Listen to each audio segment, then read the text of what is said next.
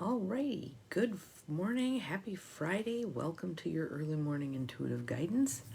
I'm Dr. Bonnie Nussbaum here with some words of wisdom to start your day off well. And we'll wait for everybody to pop on, and then we're going to do chapter 3, version 3, section 3, whatever you want to call it, of consequences. That's what we've been dealing with for the bulk of the week. Good morning, Nancy. Welcome. Glad you're here. Good morning, good morning. Happy Friday. So we've been working on consequences and how to talk about consequences in a way that makes it most likely things are going to go well. There are times when we do need to set boundaries with others, and how we do it makes a difference. And give me a minute here. Okay, all right. So let's start with breath. As always. In through the nose, out through the mouth. There's Abigail. Good morning. In through the nose, out through the mouth.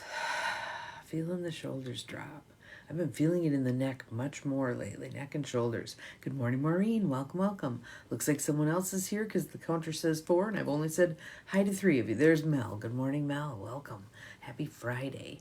So everybody's starting to roll in. A couple more breaths. In through the nose, out through the mouth. Yeah, now I'm starting to feel it let go in the shoulders. In through the nose,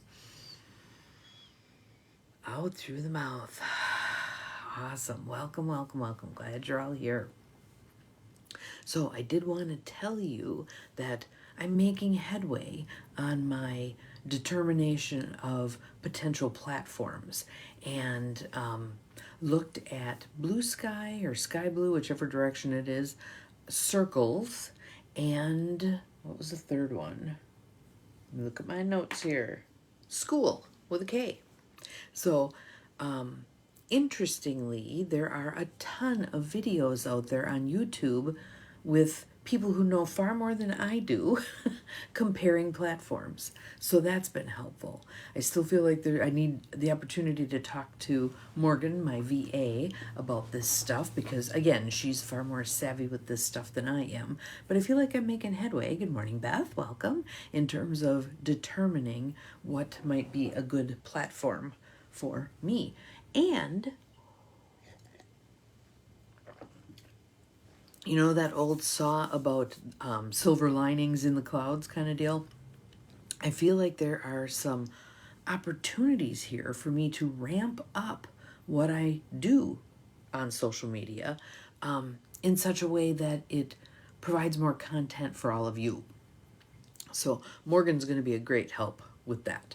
So we'll figure it out. But I just wanted to give you an update that I've been looking at different platforms and finding some that align better than others. Blue sky or sky blue, whichever direction it is, the first thing I noted was how much political crap was on there. Good morning, Gwen. Glad you're here. But perhaps there's a way to use it where one isn't inundated with that stuff, because that is exactly what I want to get away from.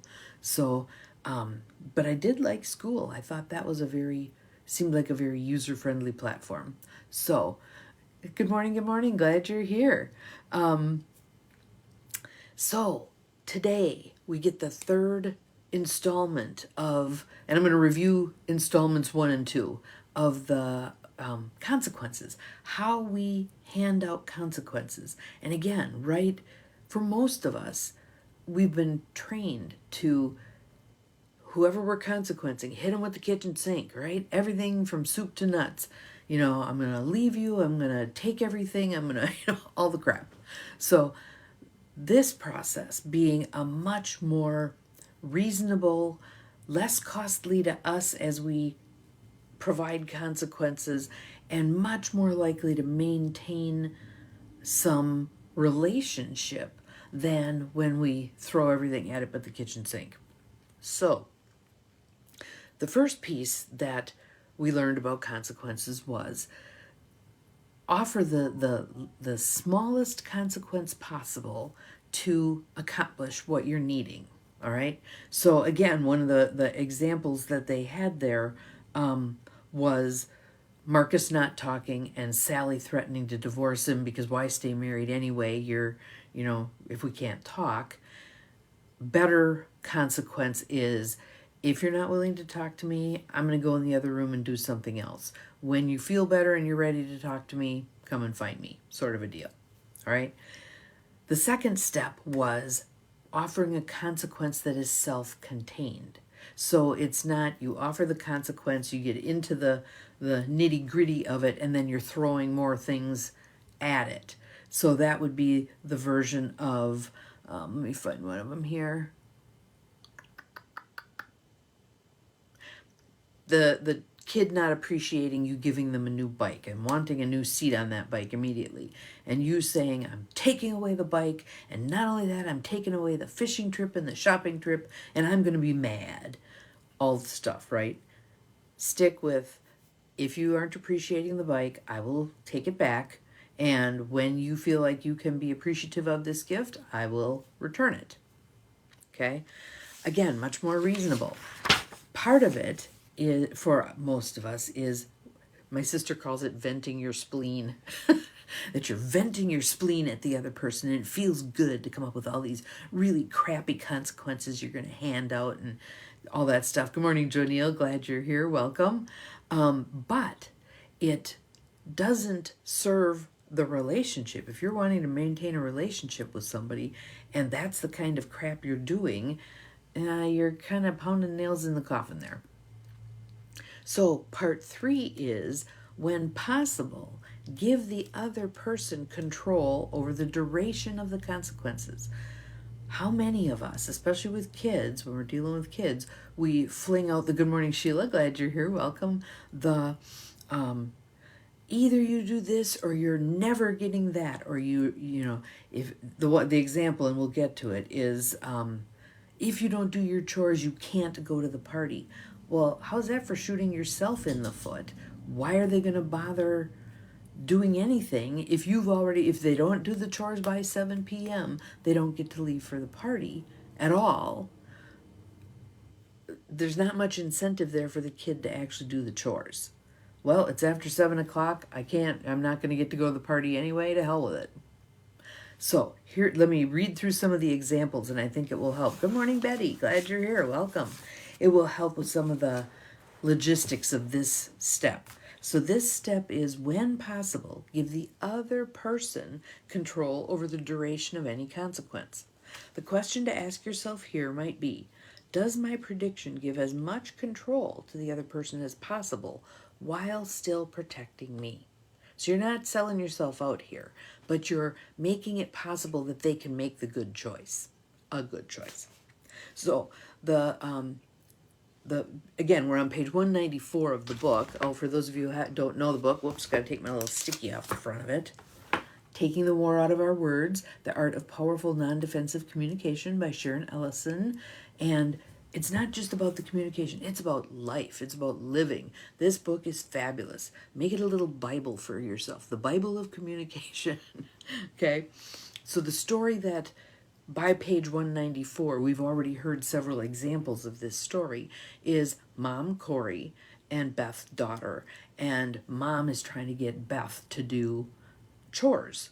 And Beth is, in her typical teenage fashion, doing her best to avoid doing chores.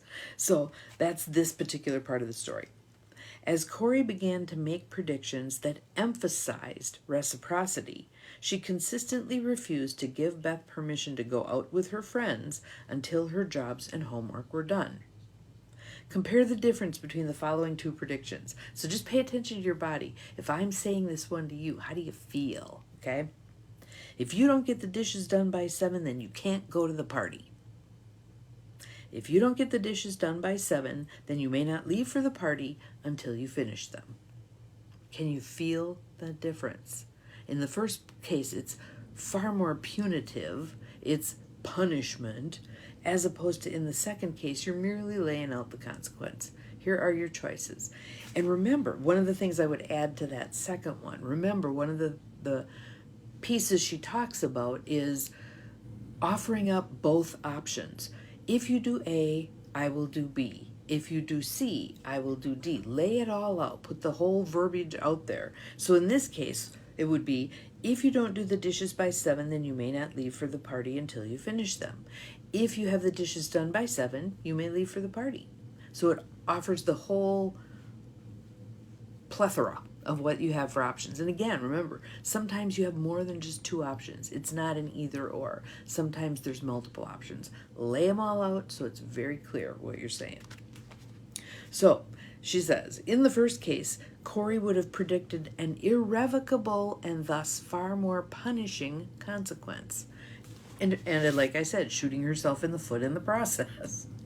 Because then you've got the sulky teenager sitting around the house. That's not a whole lot of fun either. So if you can prime the pump for them making a good choice, fabulous.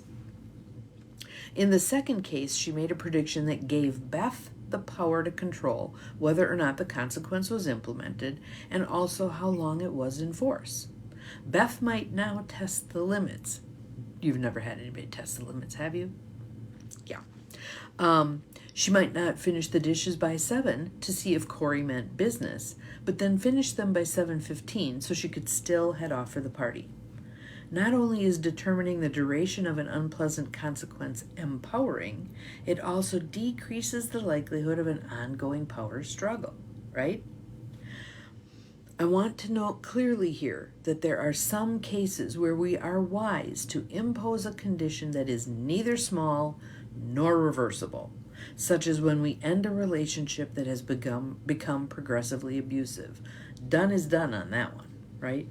Or if your kid, let's say it's a toddler, and they keep heading for the street, then you make it a significant consequence and you make it irrevocable because someone's safety's at danger, at risk. That's a piece where I think you come out with heavier consequences right off the get-go. But you must follow through. You must follow through. Again, when I was working with a lot of parents with kids, one of the reasons kids run amok is the parent threatens all kinds of stuff and follows through on nothing. And even if the parent threatens all kinds of stuff and follows through on a little bit, kids are very willing to gamble. Well, is he going to take away my toy this time? Let's see. They'll push the limits. Again, to create a child who feels confident in their boundaries. I know where mom and dad are going to put their foot down. You must be consistent. So what I would tell parents is, if they're doing what you don't want them to do and you are too exhausted to follow through on the consequence you're going to predict, do not predict it in the first place. You're better off letting that behavior run amok for a bit until you have the energy to follow through every single time. Every single time. So with my kids, I used what was called 1, 2, 3 magic. And rarely did I start counting. Yes, exactly. We all needed this stuff, right? I was so grateful to have learned these techniques in graduate school. So when I actually had kids, I had tools, right? So 1, 2, 3 magic was, if I started counting, you had till the count of 3 to get your shit together, or consequences were coming down. So Logan, you need to pick up your shoes. 1, 2, and I can't tell you the number of times he said to me, Mama, I'm glad you didn't get to 3. And I'd say, I'm glad I didn't get to 3 too, Logan. So, and different kids behave very differently. And I'll tell you the difference between my kids. They're now in their 30s, so they think it's hilarious when I tell these stories. With my son, Logan, he was someone who worked toward good things. So if you do this, I will give you that. Or if you do this, we can spend time reading. Or if you do, the positive things. My daughter, Lauren, on the other hand, it was avoiding negative. He would approach positive, she would avoid negative.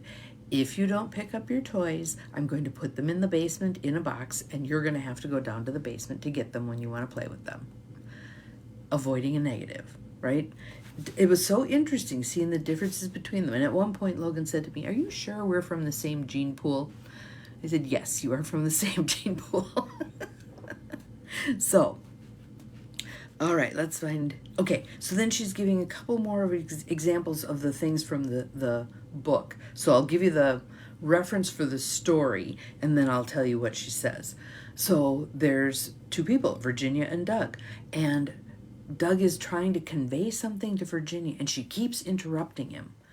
It's with questions or whatever, but she doesn't let him finish, and he's highly frustrated at this point and refusing to talk. So what happens there is everything gets shut down, as opposed to if he says, when you stop interrupting me, I will continue with this story. If you continue to interrupt me, I'm not going to continue. That's the both sides. She makes a choice then. So Doug can, as soon as Virginia stops interrupting and makes a commitment to listen, Doug can resume what he was saying to her. And then there's Jake and Sandra, who are a married couple. Jake owns a small business and is atrocious about the finances. So Sandra, who handles the finances, has now refused to deal with any of it because he doesn't give her deposit slips. He doesn't let her know when he's done a withdrawal, all the stuff, right? So she gave up. She gave up. So, but if she says it to him in terms of, when you give me all of the slips that are outstanding, I will resume bookkeeping services.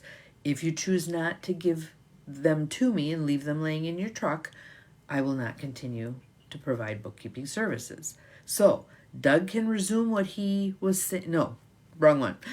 As soon as Jake is willing to correct his banking errors, given her the slips, Sandra will resume her bookkeeping responsibilities.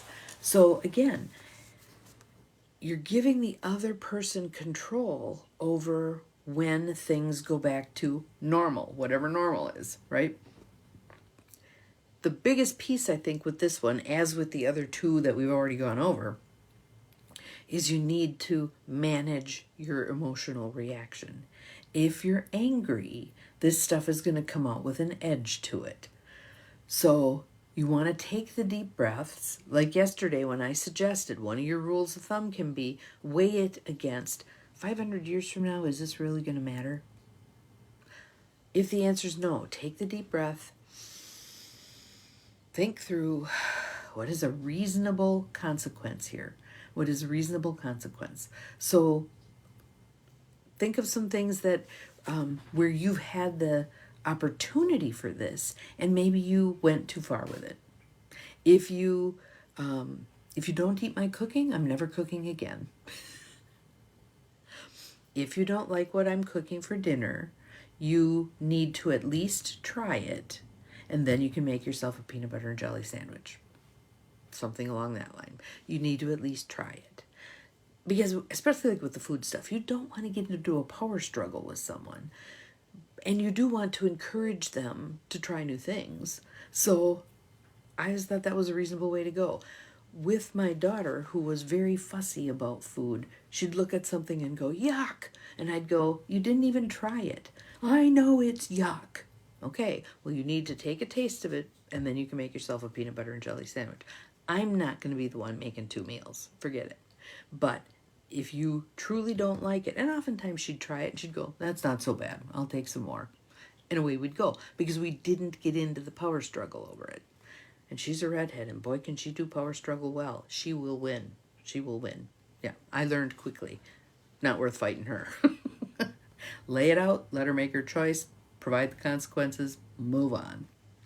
So, hopefully this one was helpful for you also. We have one more step for tomorrow, and I think by then, having reviewed the steps, hopefully you feel like you have a grip on how can I use this in my relationships to improve my relationships, to minimize the conflict, to take good care of myself, etc., etc., etc. So if you have any questions, throw them in the feed. I'll answer them when I come back to comment on everything. And have an awesome Friday, and we'll see you again tomorrow. Remember, you are capable of far more than you think you are. Bye.